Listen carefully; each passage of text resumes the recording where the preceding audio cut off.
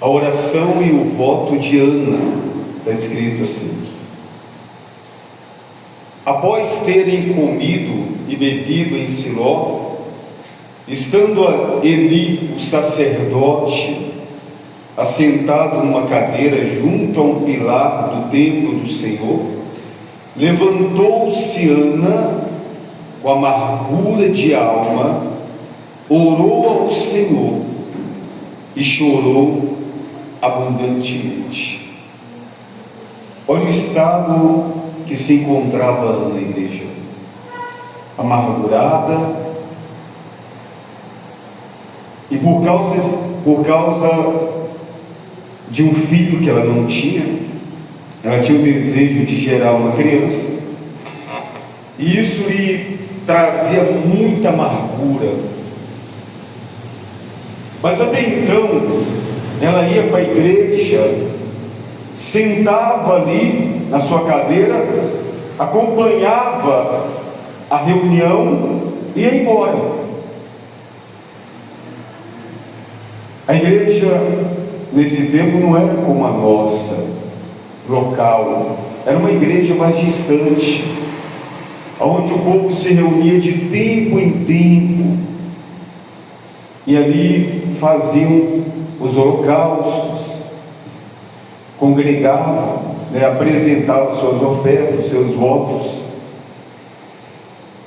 E aquela mulher, ela acompanhava o seu marido, Eucana, era uma mulher disciplinada, uma conduta exemplar, uma verdadeira cristã.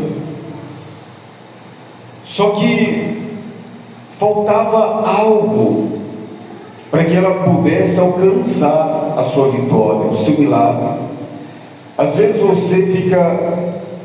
você olha para si, você fala: não entendo, eu me esforço, eu procuro andar em retidão, eu me sacrifico para estar na igreja, eu procuro fazer as coisas diferentes daqueles que estão no mundo, eu procuro fazer as coisas que agradam a Deus, eu tenho uma caminhada com Deus, eu tenho temor com Deus. Tudo isso Ana tinha. Era uma esposa exemplar, uma mulher que acompanhava o seu marido sempre, estava ali, lado a lado, mas amargurada, amargura dentro da sua alma. E aquela amargura, igreja, ninguém do lado de fora, ser humano, poderia ajudar. Médicos, porque às vezes a gente cria uma esperança: olha, aquela pessoa vai me ajudar, aquele especialista vai me ajudar. Só que essa amargura era causada por algo que o homem não poderia fazer nada. E a Bíblia diz que ela ia à igreja, ela ia à igreja, se assentava ali, acompanhava a reunião, voltava para casa do mesmo jeito, amargurada. E como é triste isso, não é? Como é triste alguém vir à igreja cheio de problemas, assistir a reunião, investir o seu tempo, e sair do mesmo jeito, sem ter um problema resolvido. Isso faz entristecer ainda mais o coração, isso faz adoecer a alma. Chega um ponto da pessoa ficar se questionando: olha, que adianta eu estar na igreja? Todo mundo é feliz, todo mundo conquista, todo mundo testifica, só eu não conquisto nada. E só vai aumentando a amargura dentro da vida da pessoa. Era uma mulher exemplar, igreja, na sociedade, em sua família, mas que dentro de si ela carregava um vazio tão grande que só Deus poderia preencher. Mas eu estou na igreja, por que Deus não preencheu ainda? Por que Deus não fez ainda na minha vida? Será que eu sou pior do que as outras? E ela tinha uma concorrente, ela tinha uma concorrente ali, aliás, várias pessoas ali, que ainda ficava esnobando a situação de Ana, ou seja, humilhando através do seu próprio testemunho. E tem gente que usa do seu testemunho para humilhar o outro, sabia? Olha, Deus me deu, olha, Deus não te deu, eu tenho, Deus me deu, Deus não te deu. Tem gente que é assim. Eu sou de Deus, Deus me ouviu, Deus me atendeu, olha, eu sou melhor que você, você não tem, olha, o problema está com você, Deus não te ama. Tem gente que usa disso, infelizmente. E era um lugar onde as coisas aconteciam, os milagres aconteciam constantemente, assim como este lugar que nós estamos aqui. Você tem visto que aqui acontecem muitos testemunhos, muitos testemunhos. Tem pessoas que recebem um testemunho aqui e às vezes nem contam. Eu tenho vergonha, pastor. Não vou contar não, porque olha, testemunho é forte, mexe com o lado financeiro. Tem gente assim. Ou seja, Deus tem feito grandes coisas no nosso meio, grandes coisas. Aí a pessoa se questiona, mas por que não faz na minha? Por quê?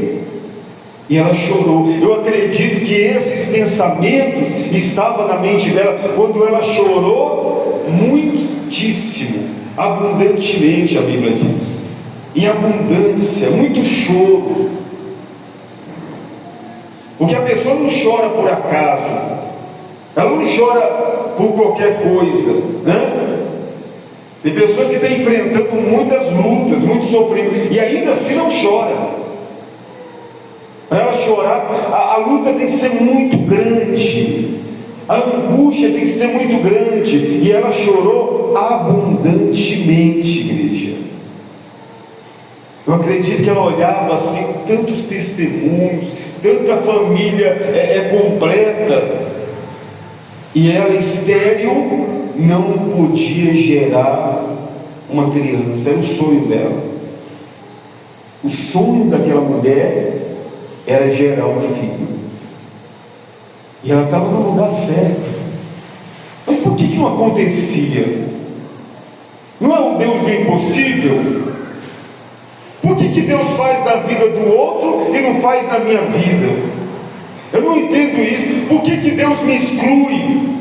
Esse pensamento, infelizmente, acomete a vida, a mente de muita gente. Por que Deus me exclui,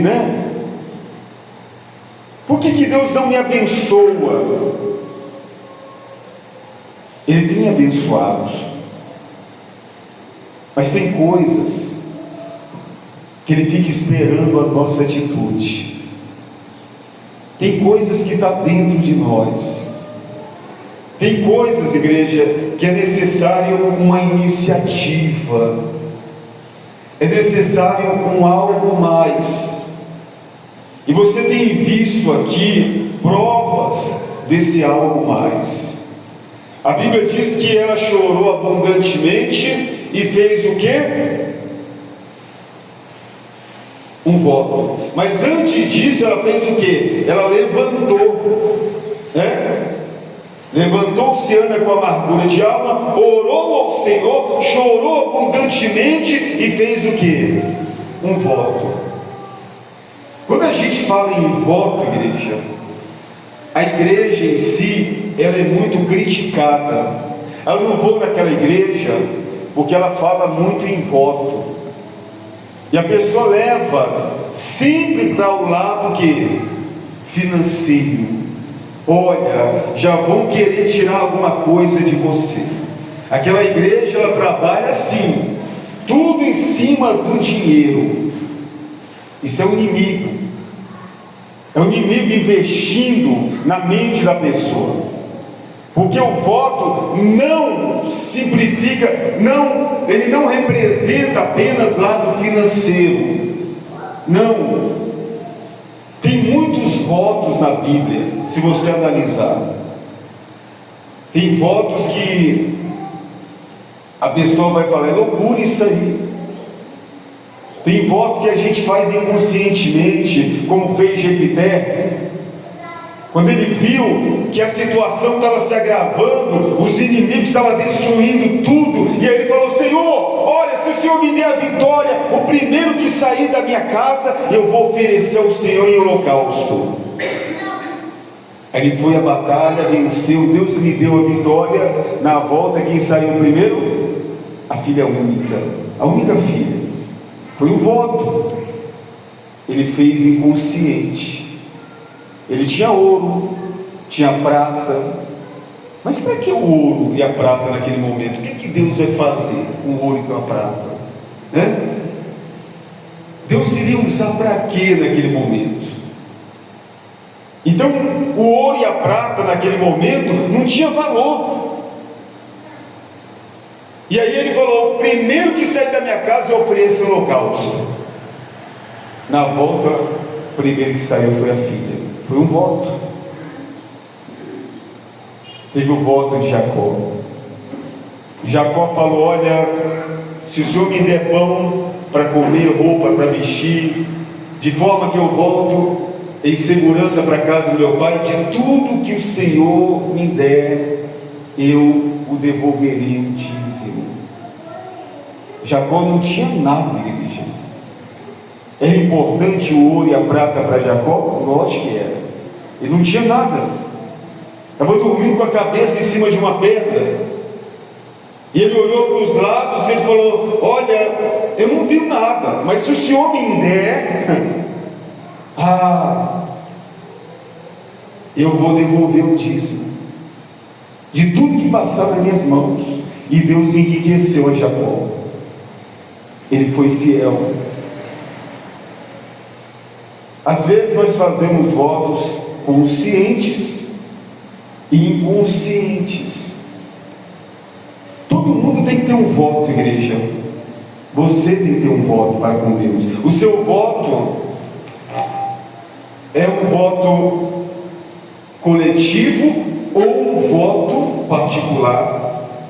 Eu já vi pessoas fazer votos coletivos e receber a sua vitória.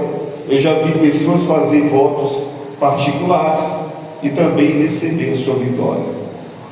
Em situações que eu oriento a pessoa: olha, Deus, faça um voto com ele, que Deus vai te tirar dessa situação.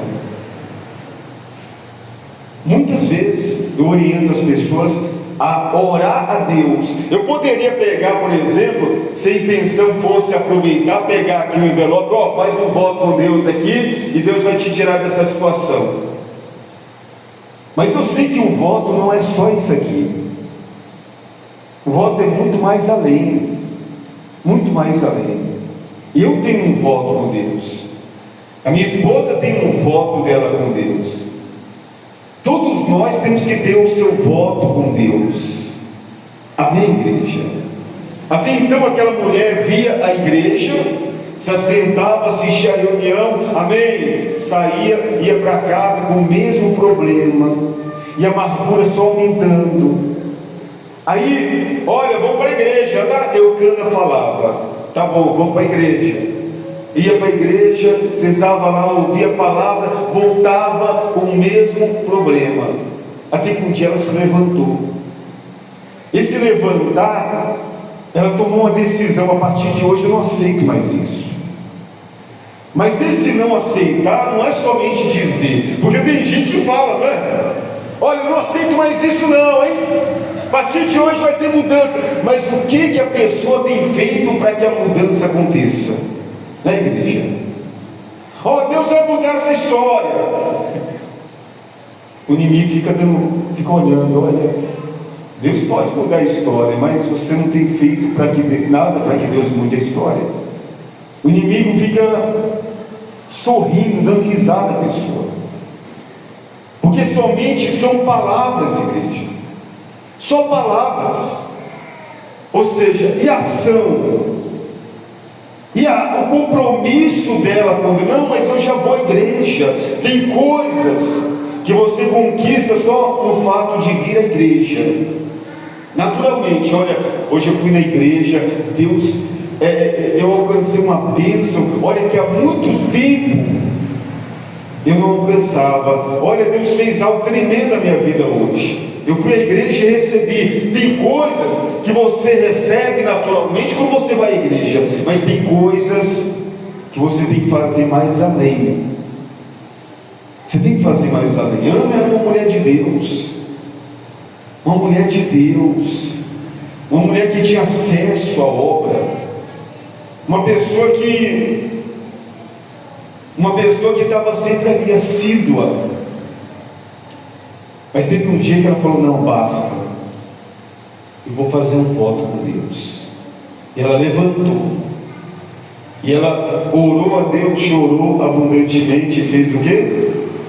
Um voto, dizendo: Senhor dos exércitos, se benignamente atentares para a aflição da tua serva, e de mim te lembrares, e da tua serva não te esqueceres, e lhe deres um filho varão, ao Senhor o darei por todos os dias da sua vida, e sobre a sua cabeça não passará navalha.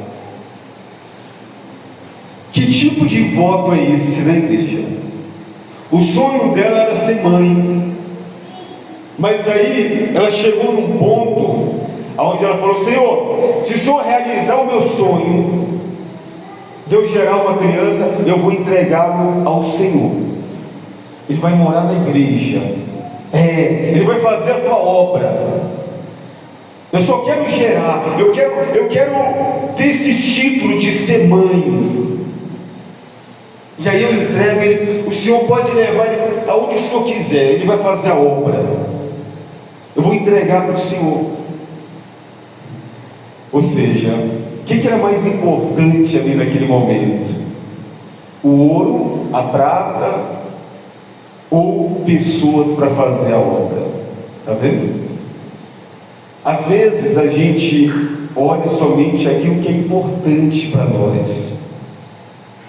Isso é importante, mas o que é importante para Deus agora, neste momento? O que Deus quer agora? Deus, Ele estava procurando alguém para instituir profeta, né? Deus estava procurando alguém na terra para substituir o sacerdote, o profeta Eli. Ele não encontrava. O profeta Eli já estava muito idoso e não tinha ninguém para ser discipulado. Tinha os 2 filhos, mas os 2 filhos não queriam saber de nada. E Deus procurando alguém. Olha, eu não acho ninguém. Eu quero ter. Será que ninguém se coloca um coração para a obra, para mim substituir ali? E aí Ana faz um voto desse. Olha, mulher de Deus, eu vou realizar o sonho dela. Ela falou de coração: todos os dias eu entrego ao Senhor. Em outras palavras, eu vou fazer de tudo para Ele fazer a obra. O que depender de mim, eu vou investir para Ele fazer a obra. Olha, eu não vou deixar Ele desanimar, eu não vou deixar Ele fraquejar. Quando Ele estiver desanimado, eu vou estar ali: filho, você é de Deus, olha, Deus é contigo. Eu vou estar incentivando, eu vou ser aquela pessoa firme para com a obra. Eu vou incentivar todos os dias. Era isso que ela estava falando.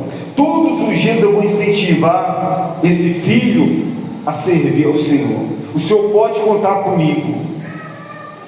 Olha que coisa, igreja. ela não fez um voto de ouro, de prata, mas um voto de acrescentar, de incentivar, um voto na qual ela se dispôs, a sempre falar a respeito da obra para o filho. Ou seja, o meu voto é esse. Todos os dias eu vou falar para ele, e ele vai fazer a obra. Ele vai sentir esse desejo, porque eu vou estar ali incentivando. O Senhor conta comigo. E o que mais faltava naquela época era pessoas assim, para incentivar, para motivar a outra. Hoje, para você ter uma ideia, a escassez de pessoas para fazer a obra, por exemplo, está muito grande. Você pergunta aí, você tem um desejo de ser pastor, missionária, pastora, obreiros? Dificilmente alguém, não, eu tenho esse desejo. Não, eu quero fazer a obra, eu quero, viajar para o mundo inteiro, ganhar almas. É difícil você encontrar pessoas assim, dispostas a fazer a obra. Ou seja, é uma escassez, mas aí eu te pergunto, é somente essa escassez que nós estamos lidando? Claro que não. Tem muitas coisas, igrejas, que um ser humano pode fazer. Tem muita coisa que um ser humano pode ser importante na grande obra de Deus. Às vezes o seu chamado não foi chamado para estar no altar, mas um chamado para ser investidor da obra de Deus. Então Deus naturalmente vai o quê? Vai te prosperar muito, para você não deixar a obra, as portas fecharem. É o seu chamado. Eu já vi muita gente fazer voto como esse: meu Deus, me prospera, porque se o Senhor me prosperar, nunca, enquanto eu estiver de pé, essa porta aqui não vai fechar. Eu vou ser um investidor nessa obra o resto da minha vida. É um voto. Alguém instruiu ela a fazer esse voto? Não, foi algo do fundo do coração. Então, voto, igreja, é algo que brota de dentro de você. Ele não pregou ali, estou precisando de pessoas aí, para fazer a obra, estou precisando aí de alguém para incentivar, estou precisando de alguém para investir. Não, foi algo que brotou do coração dela. E ela falou: se o Senhor me der um filho varão, todos os dias eu dou ele ao Senhor. Todos os dias, pode contar com o meu apoio. Foi o voto de Ana. Mas é um detalhe, igreja. Tem pessoas que muitas vezes ela faz o voto naquele momento ali de desespero. Jefité fez um voto no momento de desespero. Ele sabia que os inimigos estavam vencendo, estavam ganhando terreno. Então ele fez aquele voto. Ele não calculou os riscos, mas ele fez. E aí, quando ele voltou, a filha veio ao encontro. Ele falou para a filha: filha, eu fiz um voto, e o voto inclui você. Aí explicou para a filha. Ou seja, foi o voto dele. Ele explicou, ele falou, ele não negou o seu voto.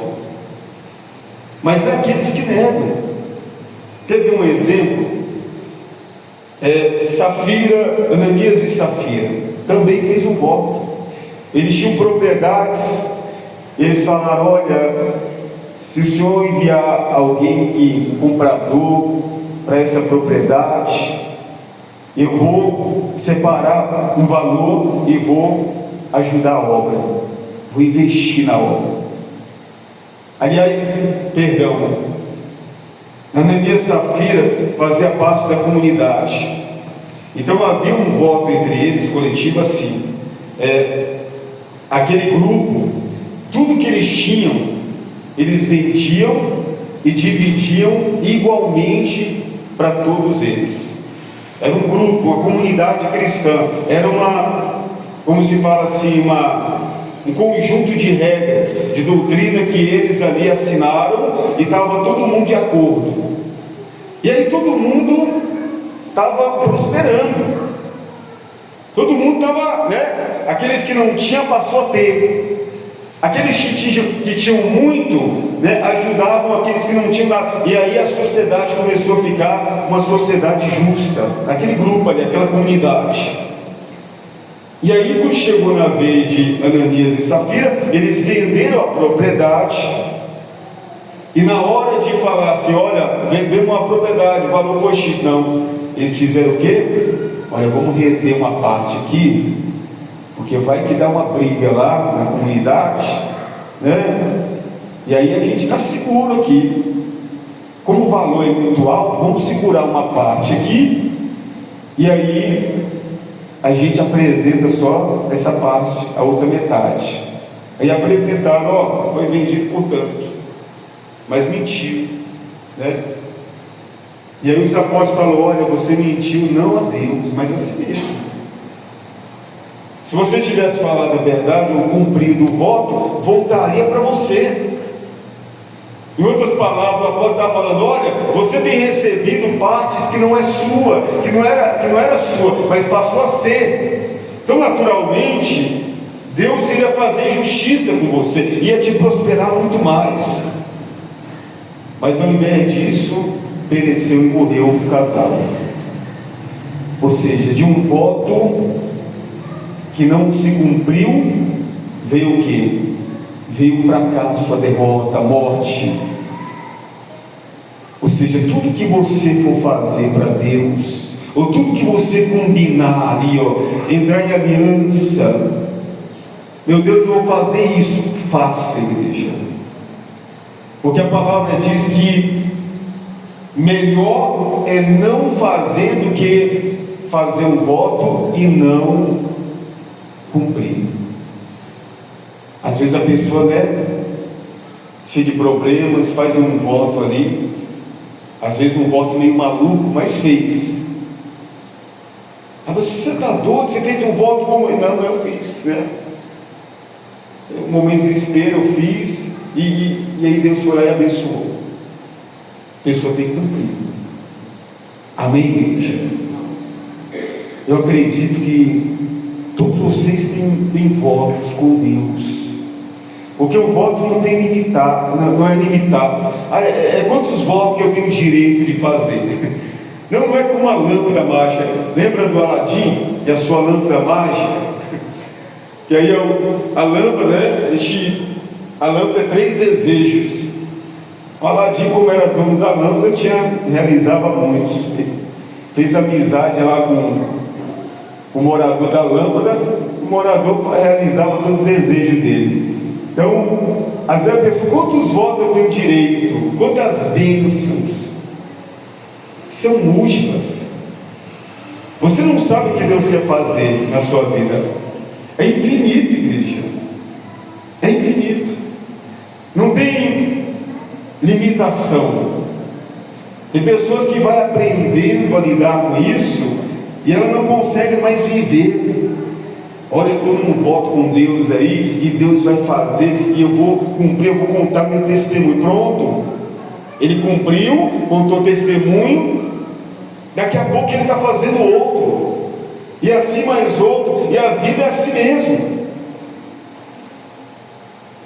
Mas tem votos que você faz por toda uma vida, tem voto que vai te acompanhar na eternidade, e esses a gente tem que tomar mais cuidado ainda, porque as lutas podem chegar e querer desanimar você. Quem está entendendo a palavra? Aí diz assim, demorando-se ela no orar perante o Senhor, passou a Eli a observar-lhe o movimento dos lábios, porquanto Ana só no coração falava, seus lábios se moviam, porém Eli a teve por embriagada. Ele disse: até quando estarás tu embriagada? Aparta de ti esse vinho. Porém Ana respondeu: não, Senhor meu, eu sou mulher atribulada de espírito, não bebi nem vinho, nem bebida forte, porém venho derramando a minha alma perante o Senhor. Você vê que Ana, mesmo atribulada, como ela falou aqui, e amargurada, ela tinha bons olhos, né, igreja? Vê que Eli não resolvia o problema dela. Por que Eli, sendo um profeta ali, não resolvia o problema de Ana? Porque era algo que estava entre Ana e Deus. Tem coisas, igreja, que não adianta a gente culpar os outros, não adianta a gente buscar em outros lugares, batendo em muitas portas. É entre eu e Deus. Eu tenho que encontrar um jeito de chamar a atenção de Deus para a minha vida. Eu sou de Deus, você é de Deus, mas tem coisas que chamam a atenção de Deus, né? E Ele resolve na hora. Então Ana entendia que aquele problema, ele não tinha nada a ver. O profeta ali não tinha nada a ver. No entanto, Eli olhou para ela e desacreditou, falou: ó, você não está embriagada não? Ela falou: não, Senhor meu, eu não bebi bebida forte não, eu sou mulher atribulada. Ou seja, a minha vida não é fácil, mas eu já falei com Deus eu já fiz um voto com Deus, eu venho me derramando já há algum tempo na presença dele, mas aí eu fiz um voto com Deus. Você acha que ele ficou bisbilhotando? Que voto é esse que você fez com Deus? Não, era entre ela e Deus. Você tem que ter a sua intimidade com Deus, igreja. Nós participamos de uma congregação, mas nós não somos dependentes da congregação. Congregar é bom, é ótimo, é dever do cristão, é dever, é um orando pelo outro, sim, mas a intimidade com Deus é entre duas pessoas, entre dois seres, você e Deus. Tem coisas que você alcança só o fato de vir na igreja. O profeta vai lá, o pastor vai lá, o sacerdote vai lá, vai fazer a oração, você vai alcançar naturalmente. Mas tem coisas que é você e Deus. Não adianta culpar os outros. Não adianta: essa igreja não funciona, esse pastor aí, ele não é de fé, esse bispo aí não resolve, não, olha, só fala, é limitado. Não, tem coisas que é você e Deus, e Deus tem dado condição para que venha a ser resolvido, porque você está na presença dele, você tem livre acesso a ele. Amém, igreja? E ela falou: olha, tua serva tem se derramado perante ao Senhor. E aí no versículo 16 assim: não tenhas, pois, a tua serva por filha de Belial, porque pelo excesso da minha ansiedade e da minha aflição é que tenho falado até agora.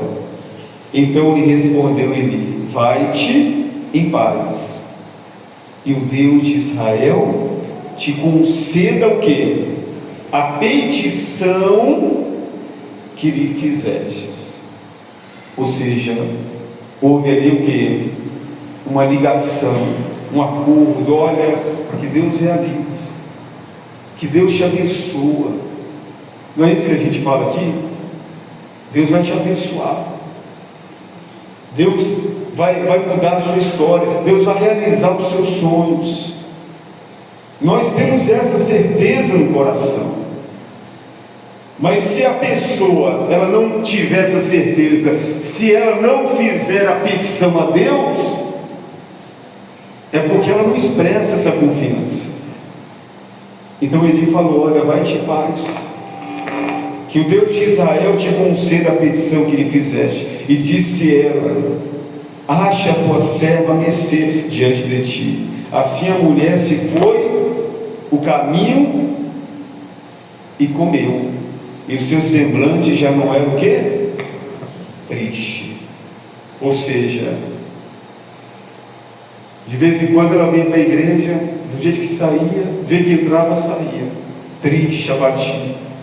Mas no dia que ela falou: não, a partir de hoje minha vida vai mudar, a partir de hoje eu vou fazer um voto com o Senhor, Pai, o meu voto é esse. E falou com quem? Com Eli? Não, com Deus. É você e Deus, igreja. Você está no lugar certo. Se você quer mudar de vida, faça como Ana, e certamente a sua petição vai ser atendida também. Amém, igreja? Quem entendeu, guarda essa palavra no seu coração.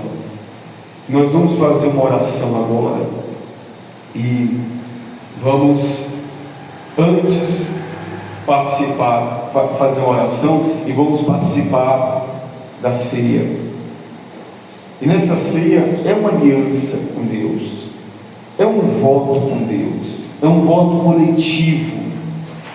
Mas quando você estiver falando ali com Deus, você vai fazer também um voto para mudar a sua vida. Eu não sei que voto é esse.